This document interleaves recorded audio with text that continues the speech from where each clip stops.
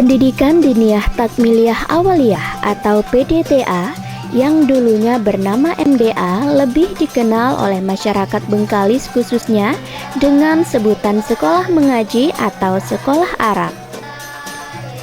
PDTA merupakan pendidikan nonformal di bawah naungan Kementerian Agama Seksi Pendidikan Diniyah dan Pondok Pesantren. Pendidikan agama merupakan pendidikan yang sangat penting untuk diterapkan kepada anak sebagai basic mereka di kemudian hari ketika mereka sudah mampu untuk hidup mandiri.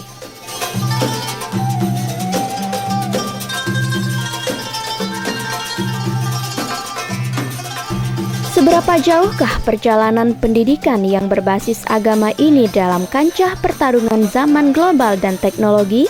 Berikut liputan kami bersama Pendidikan Diniyah Takmiliyah Awaliyah Al-Kausar, Desa Kelapa Pati, Kecamatan Bengkalis.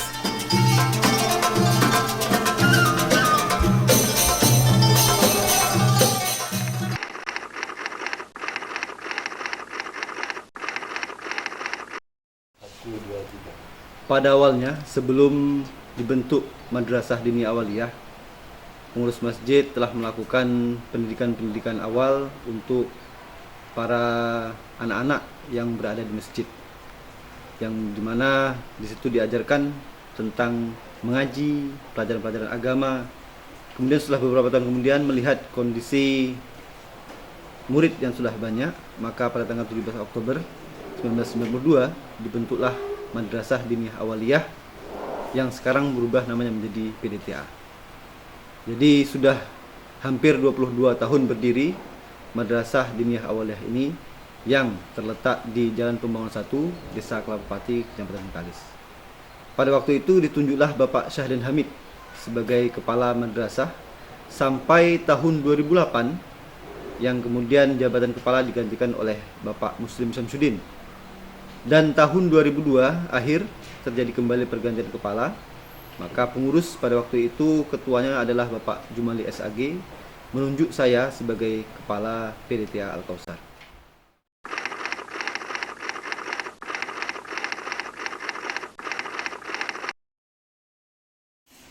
Secara kuantitatif, jumlah anak didik yang masuk di PDTA Al-Kausar ini semakin tahun semakin banyak.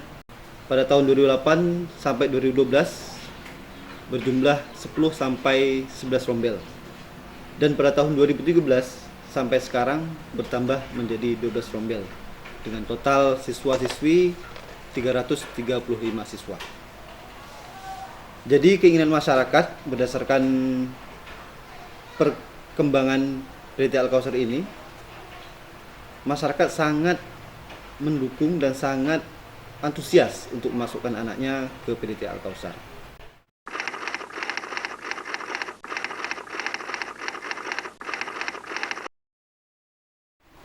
Berbicara mengenai visi dan misi, kita telah merancang sebuah visi, yakni terciptanya generasi yang wasaton lil alamin, yaitu generasi moderat dan pencerah bagi umat, yakni pencerah bagi persoalan-persoalan umat dan bangsa ini.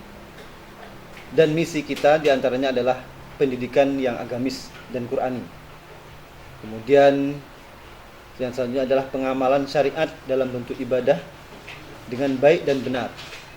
Kemudian selanjutnya adalah siswa-siswi mampu berbahasa Arab aktif, tidak hanya pasif. Dan yang keempat adalah peningkatan kreativitas dan kemandirian anak didik. Nah, untuk mencapai visi dan misi ini, tentu kita akan membuat program-program yang akan mendukung visi dan misi ini. Di antaranya kita telah menerapkan program 1 hari 1 kosakata bahasa Arab sebelum masuk ke kelas. Kemudian program baca dan hafal Al-Quran sebelum belajar. Kemudian juga program praktek-praktek ibadah, program-program praktek membaca Al-Quran, dan program-program ekstra yang mampu membentuk moral, dedikasi, kreativitas, dan kemandirian anak didik.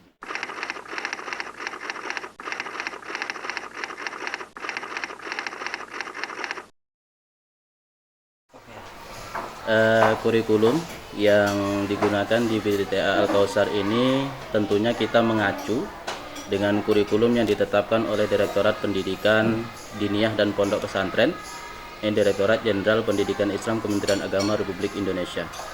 Nah, mengenai mata pelajaran yang diajarkan di PDTA Al-Kausar ini sesuai dengan kurikulum Kementerian Agama, yakni terdiri dari mata pelajaran pokok, yakni 5 mata pelajaran pokok seperti Al-Quran Hadis, Bahasa Arab, Fikih, Sejarah Kebudayaan Islam, dan Akidah Akhlak, yang mana diajarkan oleh masing-masing guru bidang studi.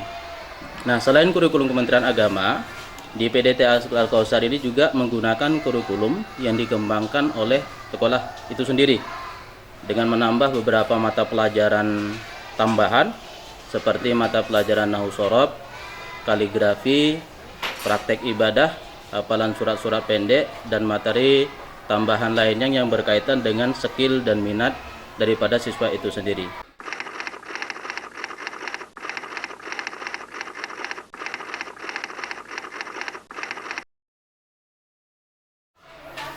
Untuk ekstrakurikuler, kita melakukan pembinaan-pembinaan pada anak dalam berbagai-bagai bidang, di antaranya seni pidato, seni baca Al-Quran, dan kaligrafi Arab. Juga hafalan-hafalan doa-doa dan surat-surat pendek. Kreativitas anak dalam membentuk majalah dinding dan lain sebagainya.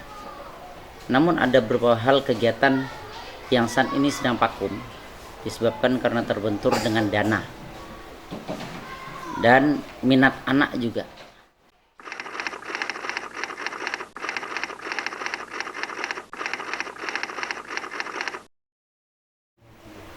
Kalau kita berbicara tentang tenaga pendidik, PDTA Al-Kausar pada sampai saat ini terdapat 16 tenaga pendidik, termasuk kepala dan 1 tenaga kebersihan, dengan 7 guru laki-laki dan 9 guru perempuan.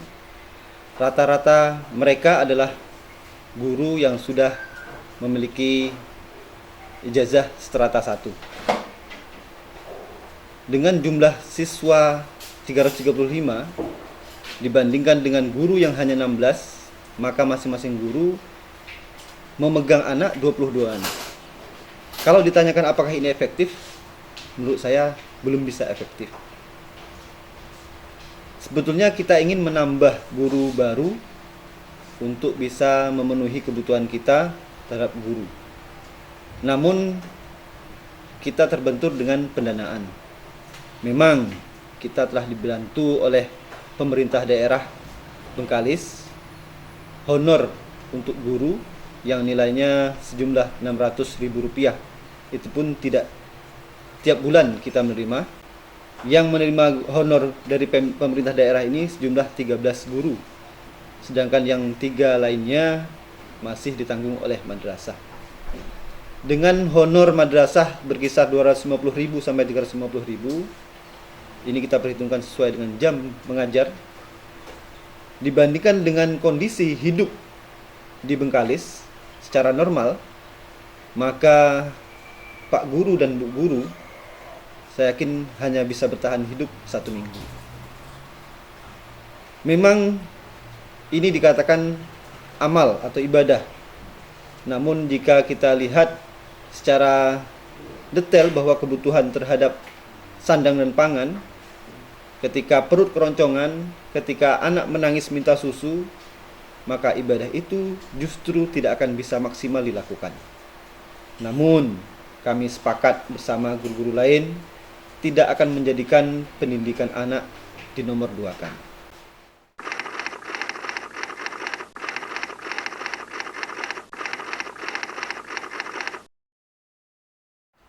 Oh ya, kalau berbicara tentang sarana dan prasarana, dengan melihat visi dan misi kita yang begitu bagus, menjadikan anak sebagai wasaton, sebagai pencerah, sebagai pemberi solusi bagi umat, tentu sarana dan prasarana ini merupakan salah satu hal yang penting untuk kita lihat.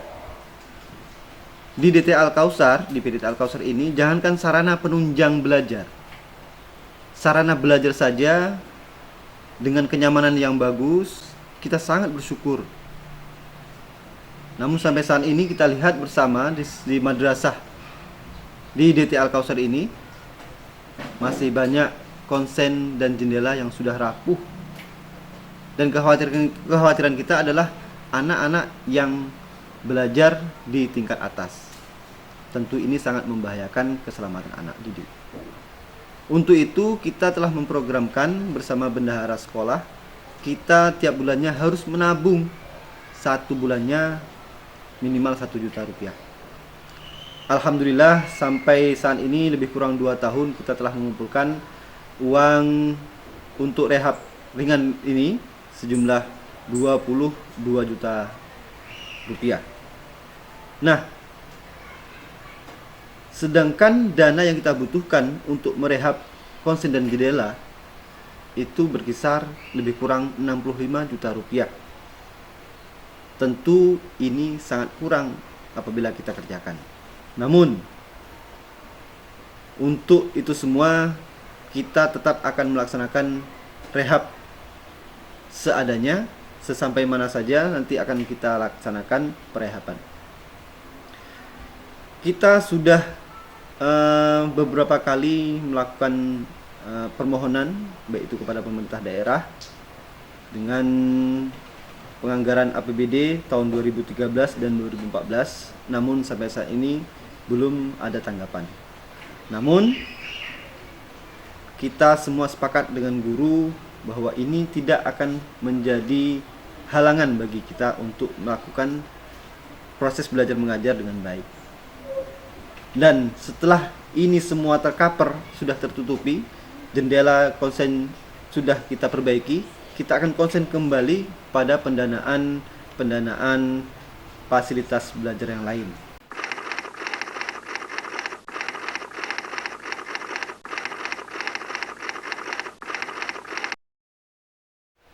Terakhir, tidak hanya saya tetapi seluruh majelis guru memiliki harapan yang besar kepada sumbangsih dari semua elemen, baik itu wali murid, masyarakat, dan pemerintah Bengkalis khususnya,